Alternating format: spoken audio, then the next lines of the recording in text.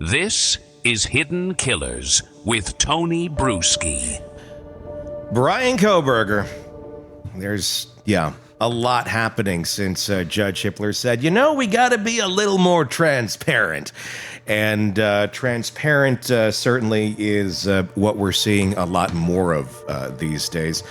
As the developments continue on, it makes you raise your eyebrows, literally, between the Amazon trail, the criminology case essay that reads kind of like a how-to guide, and the mysterious disappearance of his phone at just the right moment. Prosecutors are laying out what they claim is a carefully calculated plan. But how much of this sticks in a courtroom? Sounds good on paper, sounds good on the internet, but how is it going to read to a jury? And how much is just a really bad coincidence, which I'm going to guess that's going to be the next argument. Joining us is defense attorney and former prosecutor Eric Faddis. Eric, when prosecutors say this wasn't just a murder, but a methodical act of forensic evasion, DNA scrubbed, cars cleaned, license plates swapped, and trash ditched at 4 a.m., in little baggies with rubber gloves, because that's normal. How do you begin to kind of push back on this as a defense? Is that a red flag, and can it still be explained away, these sort of things? Sometimes in a case like this, the defense looks at it and says, hey, my guy couldn't have done this. He's not some mastermind criminal. He's not smart enough to pull this off, that kind of thing. But with Kohberger, he was a PhD student in criminology. And so if there's anybody who knows how to methodically go about trying to commit a crime and then covering it up and get away with it, gosh, a PhD student in criminology would be a pretty good candidate for that. And so that is certainly not a defense that his side is going to be able to put forth. Especially when you're writing a paper about it and it doesn't look that good. Nobody has, I guess, seen the whole thing. We've seen little excerpts of it, but I'm curious to see what that paper looks like if it comes out, when it comes out. We obviously have seen his questions that were put out on the DeSales website, when he was studying, and those have since been taken down, asking criminals to basically tell me how you were feeling as you were committing said crime. And on the surface, if you're studying criminology, it makes sense. But in the context of, look what he's accused of doing, that gives it a whole other light. Could that just be a coincidence, though? He was studying criminology, even though he seems like he's researching very deeply how to even feel about committing a crime like this. Yes, some peculiar developments from Kohberger's past that on the surface, some say could, tie him to exactly what these allegations say he did. Now, on the other hand, there is sort of a trend in the law, depends on the jurisdiction, but against using extrinsic types of statements, and especially we look at rap lyrics. A lot of rappers would say, hey, look, I was just saying that because it's part of the song and I'm trying to sell records, whatever. Kohberger could use that principle and say, hey, look, I was simply doing my classwork, and this shouldn't be held against me in a murder case. That would be unfair. And some judges are open to that idea. Didn't Kohberger, correct me if I'm wrong, but there's so many facets. Didn't he try to make a rap song at one point in time? Wasn't that out? Do you remember? I think this is a thing. I think it was years ago that he attempted that. I got to look into that. But I think early on, when people were looking into this and kind of digging up everything, with the blogging and I think that might have been one of those things. That'd be an interesting. It's all a rap lyric. It's all he got the mask, he got the knife sheath, he shot a music video. Here's the music video, and it just happens to be shot in front of King Road. I'm making that up. The fact that we have more on the Amazon receipts now, he bought the knife or the exact type of knife with the sheath, with the sharpener, quite a ways back prior to the murders, about 6 months roughly. But now we have receipts that are out there that shows he also bought a mask that happens to look exactly like what one of the surviving roommates saw. Buying those items individually, not a crime by any means, but contextually, is this showing premeditation, considering how far back some of these purchases were to the crime?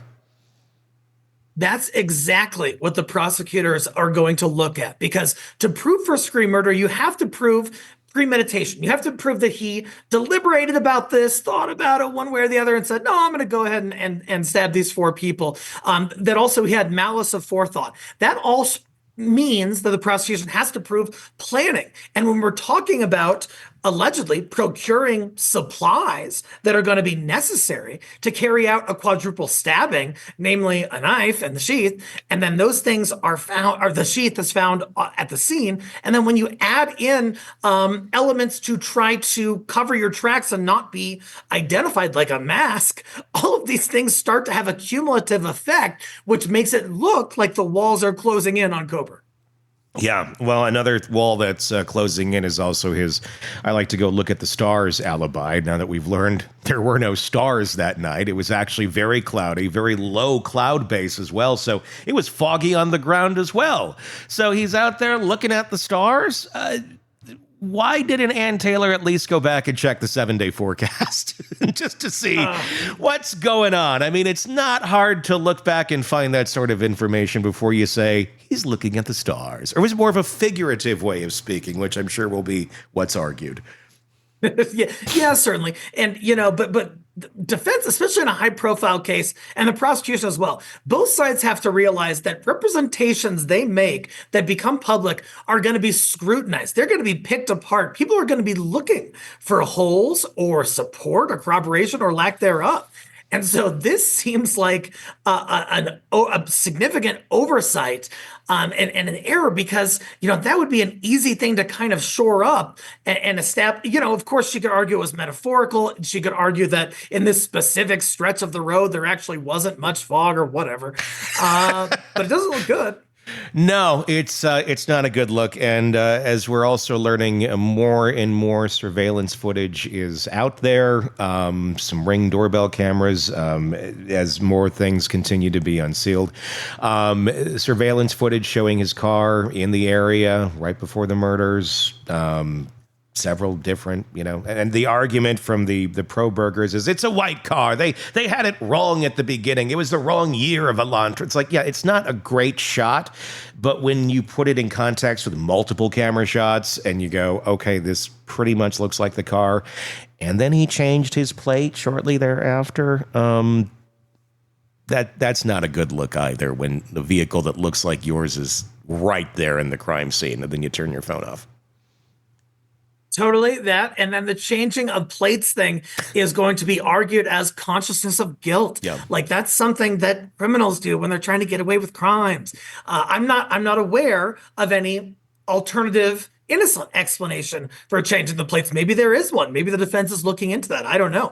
But they should probably look for that, because without some innocent possible explanation, it really makes it look like it's a guy who's trying to get away with murder. Yeah, it certainly does. And it makes you wonder a little bit too, because they're trying to throw in the autism argument. And again, it's a scale. So you can be, staring at the wall, or you can be insanely productive and a genius, just depending where you're at. And a lot of times you're kind of socially awkward. You do things a little bit different than most. And even, in a highly functional way, it can be coming across as, well, that's a weird way of doing things. Do you think that that's part of the reason why they're trying to throw the autism argument in there? Not to say, well, I mean, they've already had one trying to say that they couldn't, or he couldn't physically have done it because of some other condition. But I actually think it's not a horrible argument of, look, this guy is really awkward. He's autistic.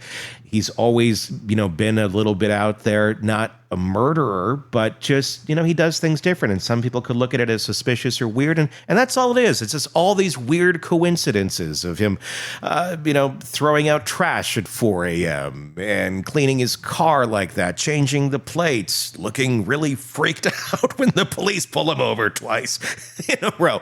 I mean, there's a lot of things one could say, well, if anyone in this sort of, mindset or has has autism on the level where he's at, would be acting kind of awkward. Is that where you think they may go, considering the stars don't seem to be a very strong argument at this point?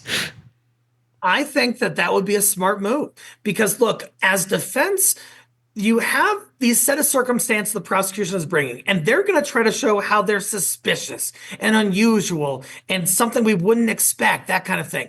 And so for defense to look at it, if this gentleman does actually have autism, that would be a potential explanation for peculiarities. For, the jury might think, oh, why would an innocent person do that? That doesn't make sense.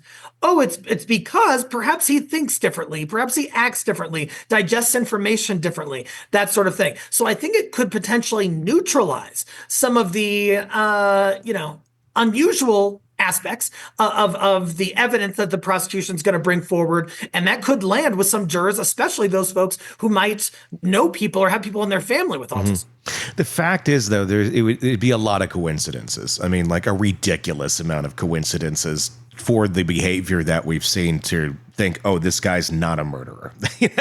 That's it's like you're doing all the things that add up to having been this guy. Want more on this case and others? Then press subscribe now and don't miss a moment of true crime coverage from Tony Bruschi and the Hidden Killers podcast.